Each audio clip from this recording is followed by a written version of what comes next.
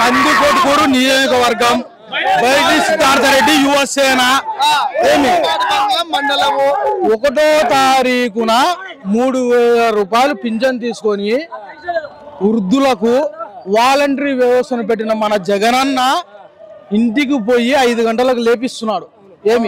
ఇదే గత ప్రభుత్వంలో చంద్రబాబు నాయుడు హయాంలో 5వ తారీఖు నుంచి 15వ తారీఖు వరకు సచివాలయం దగ్గర 15వ తారీఖు వరకు బుక్కులు పెట్టొస్తే ప్రతి బుక్కు పైన 50 రూపాయలు కమిషన్ తీసుకొని జన్మభూమి కార్యక్రమంలో ఉన్నటువంటి జన్మభూమి ఏజెంట్లు జన్మభూమి కమిటీ 50 రూపాయలు లబ్ధి పొంది వాళ్ళని ఈ రోజు రేపు ఎల్లుండి అని 15 రోజులు తిప్పినటువంటి సందర్భాలు ఉన్నాయి. వాలంటరీ వ్యవస్థ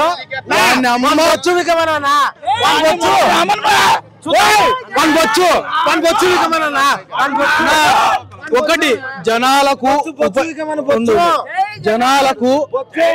ఉపయోగపడేది, జనాలు లబ్ధి పొందినది, ఎవరు కడుపుకు తినేది ఎవరు మర్చిపోరు.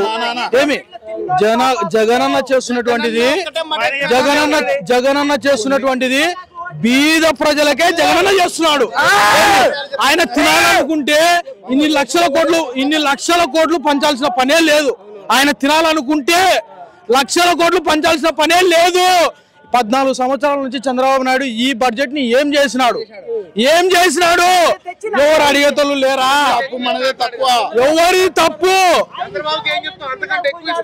అంతకంటే ఎక్కువ అంటే ఈ 14 సంవత్సరాలు ఏం చేసినాడు అన్న? ఒక్కటే, జగనన్న మాటకు తిరుగులేదు. జగనన్న మాట ఇస్తే అది భగవంతుడైనా కిందికి